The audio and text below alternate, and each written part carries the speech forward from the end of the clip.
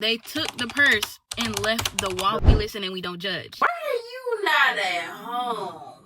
Fulfillment expert Aniya Diggs, can you report to the manager's office? I said, my paychecks weren't even hitting 200. I might as well not even have a job. My patience, paper thin. We've all had that one job, the one where you wake up on a Monday morning, look at the ceiling, and seriously contemplate if you actually need money to survive. It wasn't just one job for me, it was three completely different, deeply chaotic, and utterly terrible workplace experiences that made me question my entire reality. Hey y'all, it's your girl Aniya, Elise. Welcome back to my YouTube channel, and we are back with yet another video.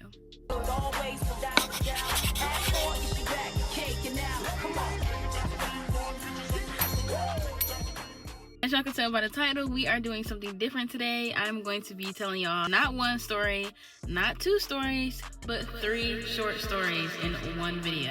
Now, if y'all have watched my recent videos, y'all will know that I have never done a story time.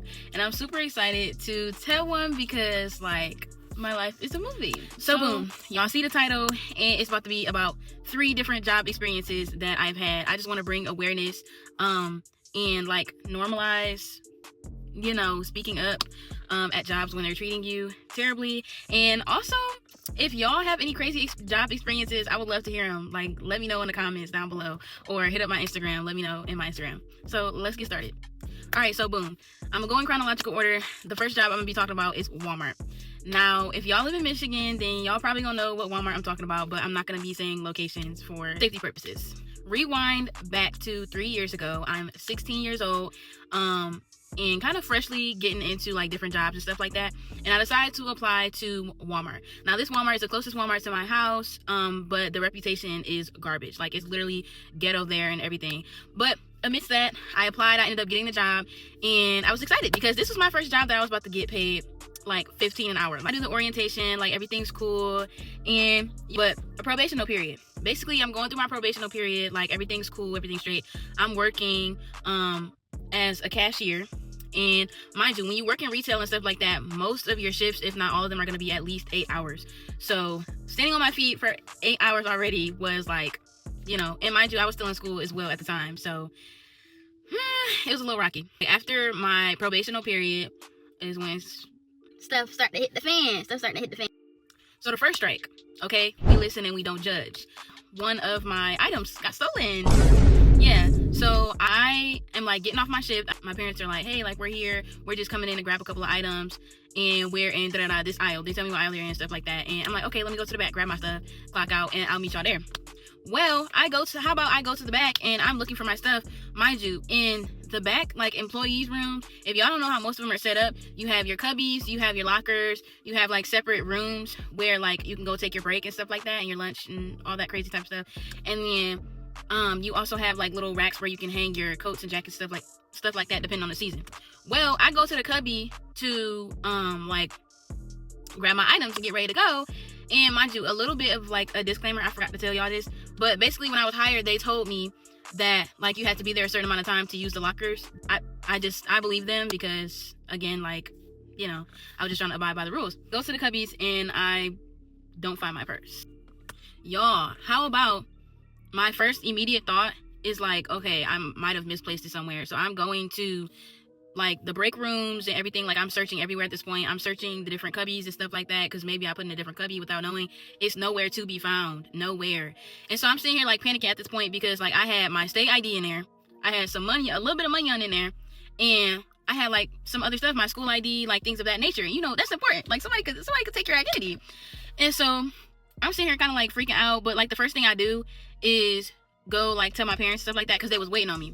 And so I tell them, they're like, what, like, what's happening? Did you look here? Did you look there? I'm like, yes, like, I can't find it at all. So we go to security. Mind you, this is how ghetto the Walmart is. They literally, every single day, they have one or two, at least one patrol car, like, sitting outside the building. And I don't mean, like, riding around and stuff like that, make sure everything's cool. That's security. But they literally have a patrol police car, sitting outside the building, like, 24 hours, like, every single day. We went outside to tell them and stuff like that. They took my information down. Like, I ended up never getting contacted again. I mean, mind you, I still worked there after the fact, but it's just the fact they never caught the person. They never saw anybody, because we went to security too, and we went in a little room and were able to see like the cameras, stuff like that. They was like, oh, like like, we don't see nobody suspicious and things like that. And I'm just like, okay. So basically, after, I think my mom was like, I could go to the bathroom or something like that. Or she was like, check the bathroom, like, have you went to the bathroom or something like that. So I go to the bathroom. And so I'm going to the bathroom. Mind you, there's two. There's one up in the front that the main customers use. And then there's one towards the back, like in the toy section and stuff like that. So basically, I go back there and how about I push open the first stall. And y'all know them like personal trash cans, you know, that they put in women's bathrooms. Well, it was like one of the silver ones attached to the wall of like the bathroom stall. So how about I go in there? They took the purse and left the wallet. I had a Coach bracelet wallet as well. They left the wallet and took the purse. When I tell y'all, it was the cutest little crossbody. Like, it was blue. I'll put a picture if I can ever like find a good picture of it online.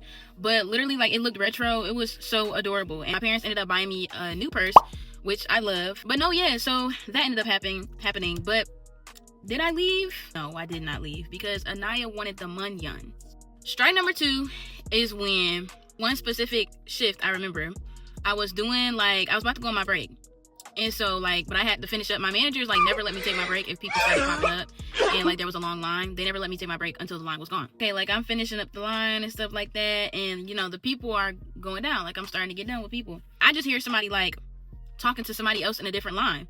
And it's this guy. He goes, yeah, bro, I'm just about to buy this real quick so I could talk to her, so I could say something to her.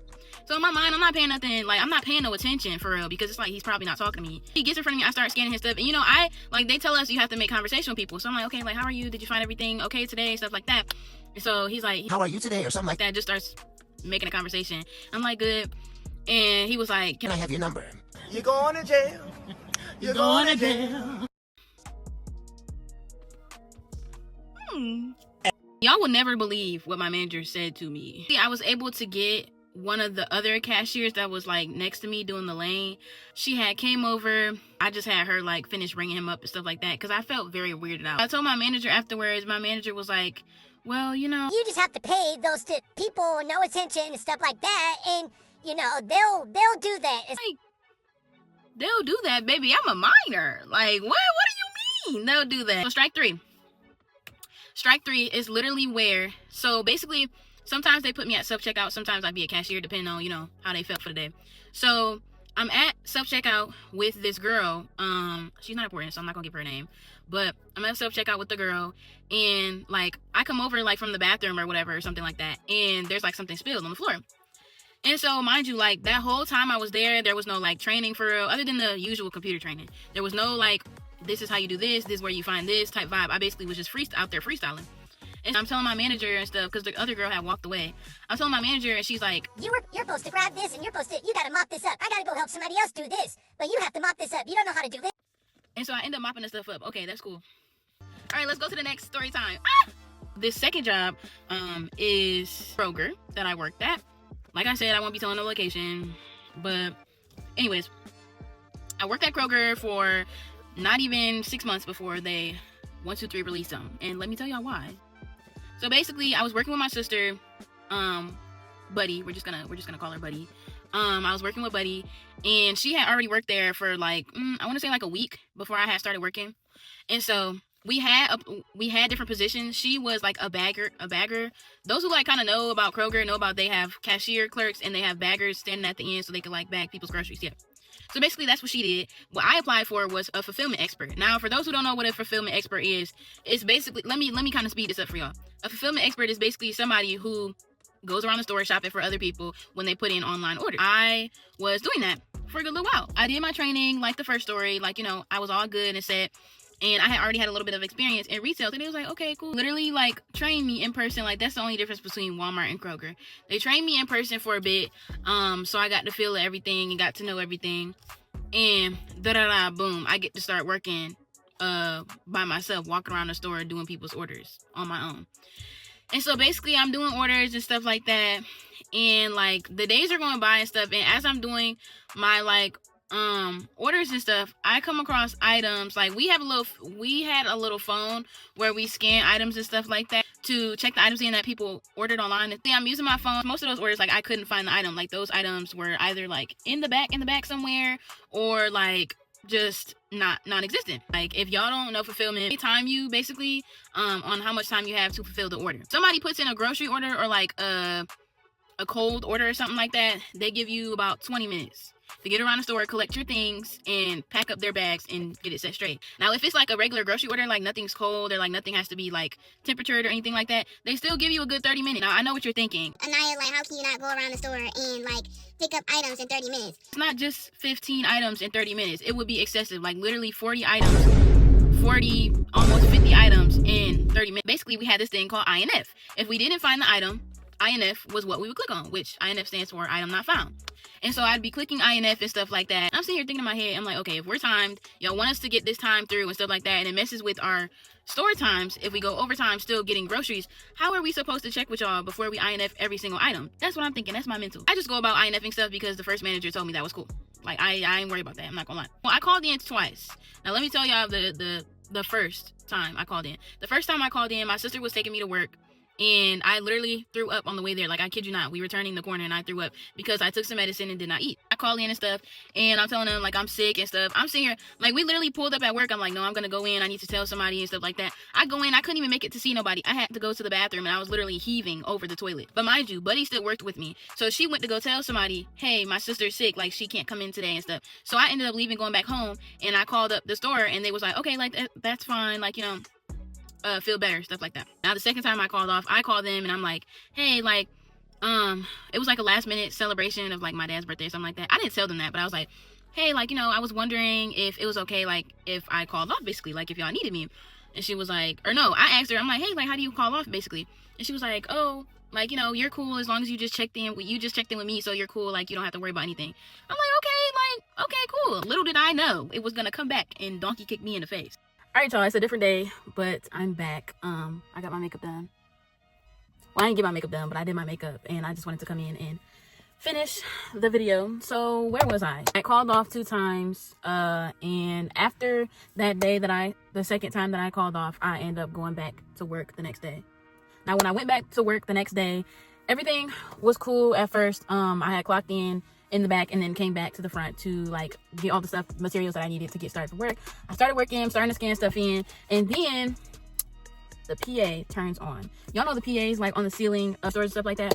Yeah, I hear the PA, and guess what they say? They go, fulfillment expert Aniya Diggs, can you report to the manager's office? Fulfillment expert Aniya Diggs, can you report to the manager's office? And I'm sitting here in my head, like, first off, I'm embarrassed because, like, why are you calling my name out on the PA? Like, so I'm walking back there to the back. I'm like, oh Lord. Mind you, I was literally right there in the back by the manager's office. I'm like, why didn't they just come and get me or whatever? Why didn't somebody just try and find me instead of calling me on the PA? Because that's embarrassing. But anyways, I'm walking to the back and I see this random lady. And you know what my thought process is? It's, Wait a minute.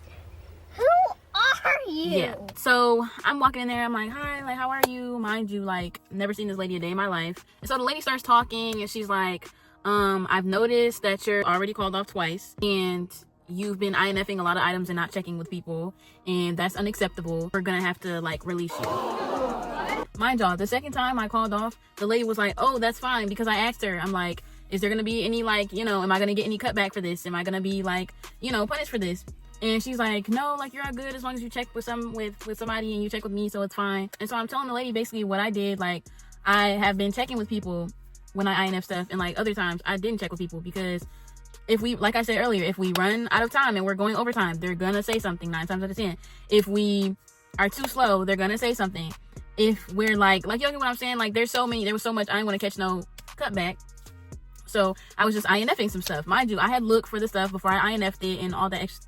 And so I was trying to explain that to the lady, but the lady, she just was not trying to hear all that. She was like, well, you know, you're still on your probational period and stuff, and you just can't call off like that, and da-da-da-da, and you kept INFing stuff.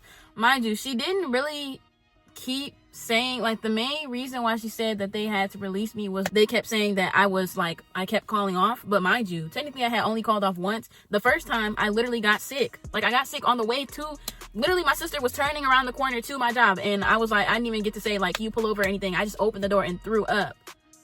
Like, and when you work in retail and like food and stuff like that, they tell you even when you're the slightest bit sick, don't come into work. Like, literally call off. So that's what I did, and they still counted it against me.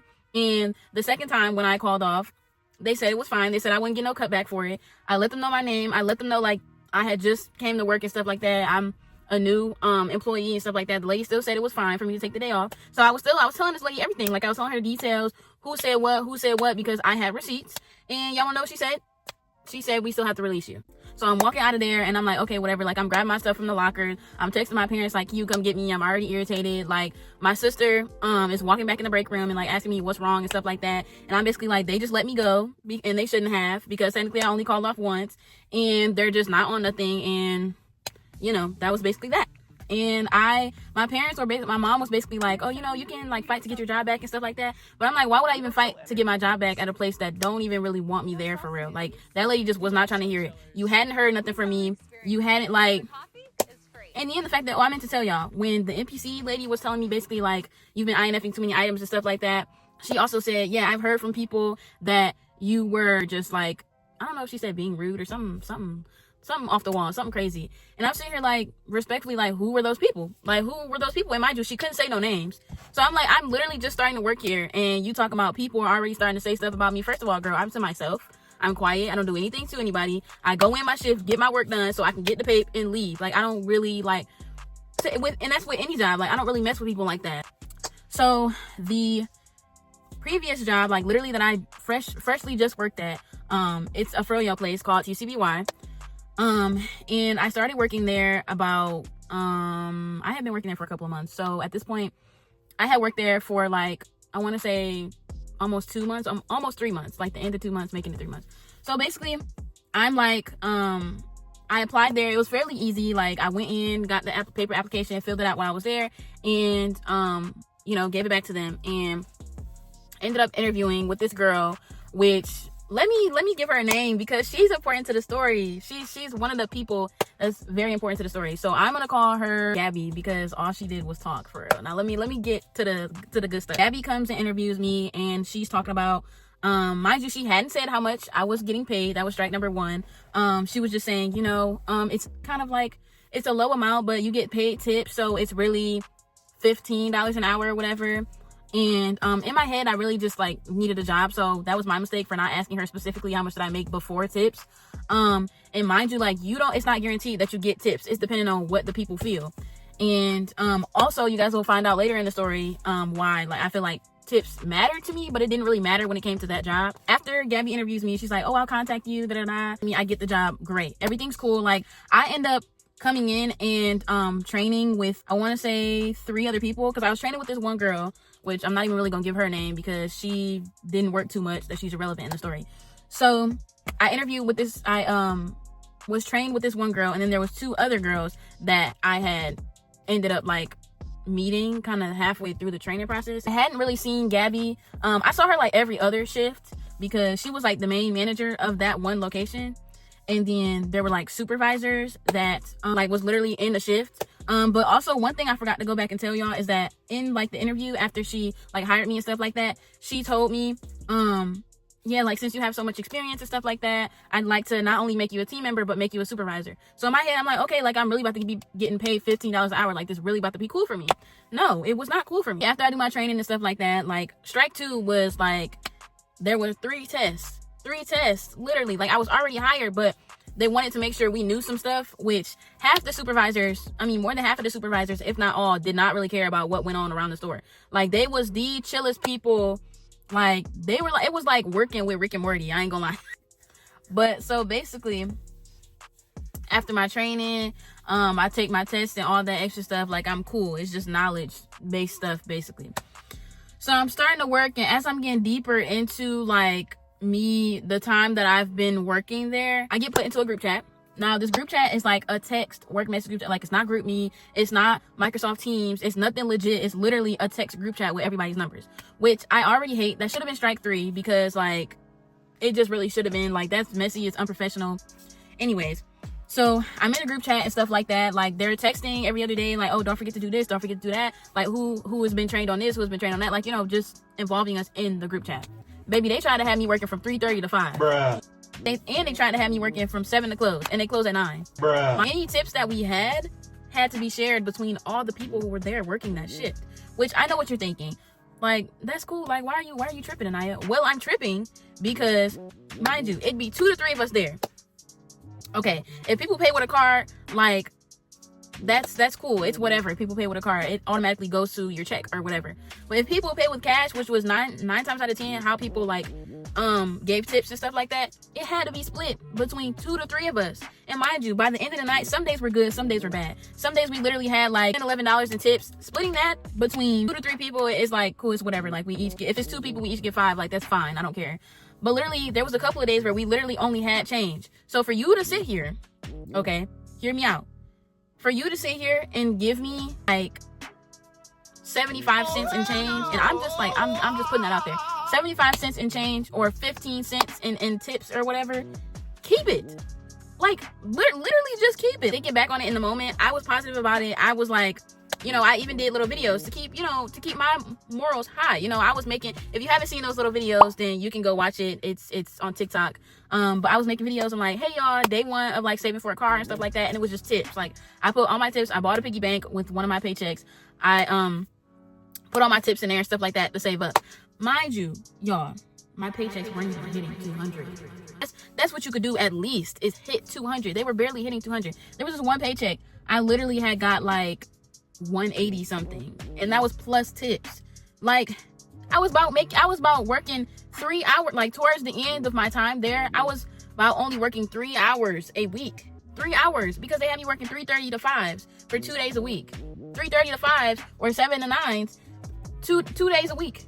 And it's literally, there was a couple weeks where I would only work 1 day. I might as well not even have a job. Like, you get what I'm saying? Like, that's the type of thing that bothers me. That bothered me to no end. But the mess didn't stop there. It didn't. Because the people there started getting crazy. Really, the day before Easter, they was trying to have me work. This girl asked me if I could grab her shift. And she said, oh, it's next week. Lo and behold, it was the day before Easter, but she said it was next week, like it was the week after Easter. So I'm like, okay, cool, like thinking it's the week after Easter, like I'll take it, you know, I'm probably not doing nothing. No, it was the day before.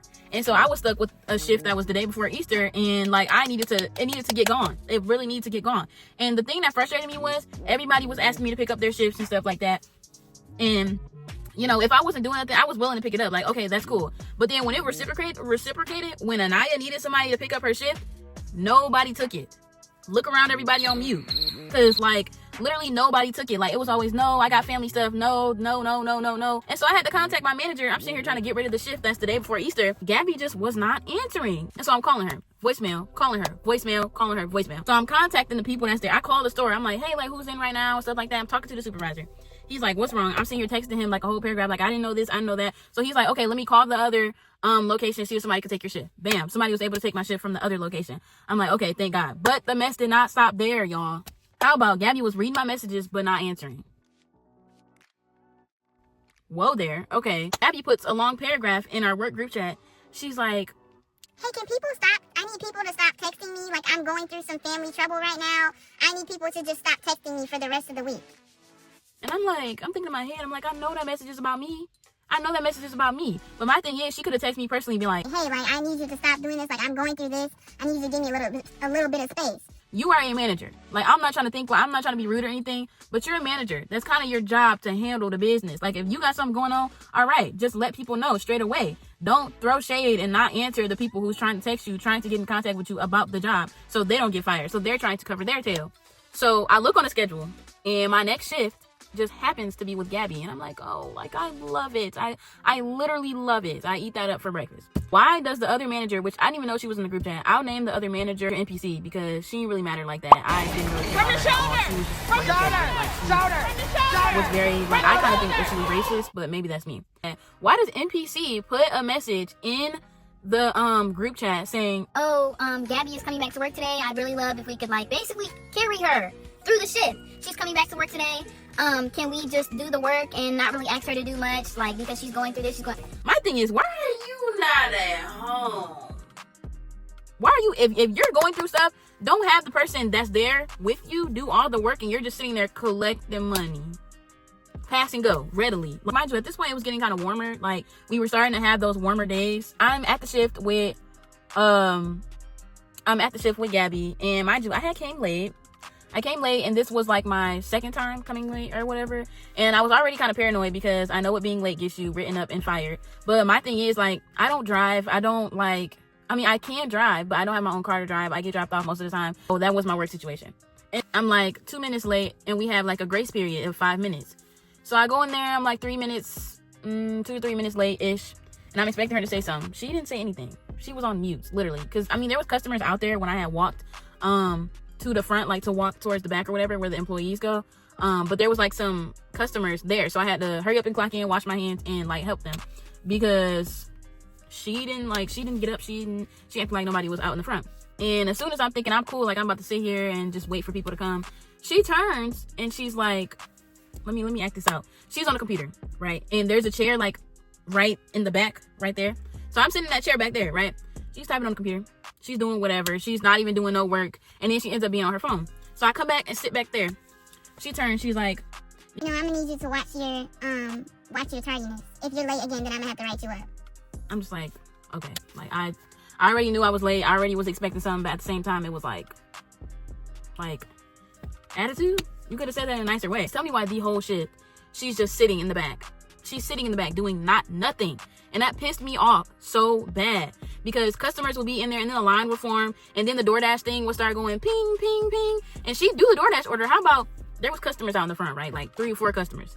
I'm trying to help them to the best of my ability. She comes to the front. I'm sitting here thinking she's going to help the other 2 people waiting. No, she clicks the DoorDash thing, makes the DoorDash order, and goes back to sit in the back. I know this ain't for me. I know these jobs ain't for me no more, because my patience, paper thin.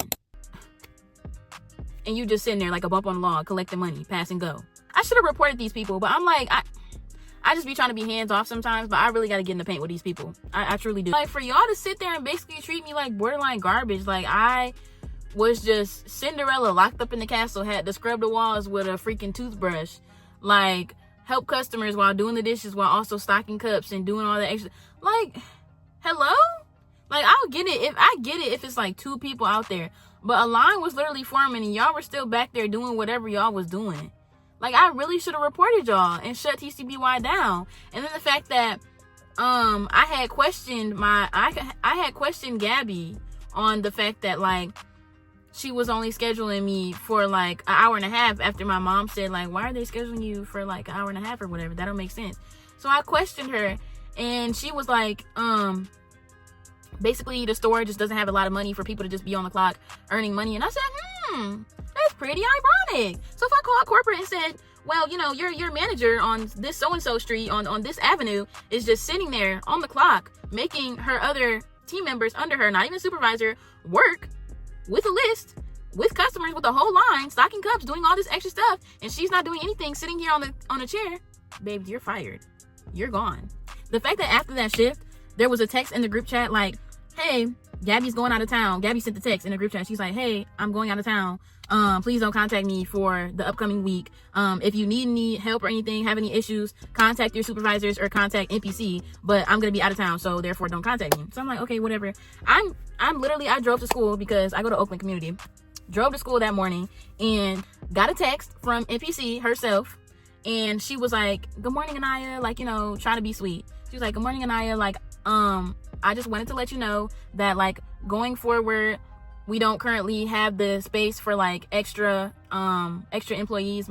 Like, I wasn't already hired. Like, once it gets warmer and stuff like that, I'll contact you and see if you want to get put back on the schedule. You know what I said? I just liked the message that day, but I went back and said, you know what? It's crazy how I was already hired, but you're saying you don't have the space for extra employees. Oh, I read her like a book.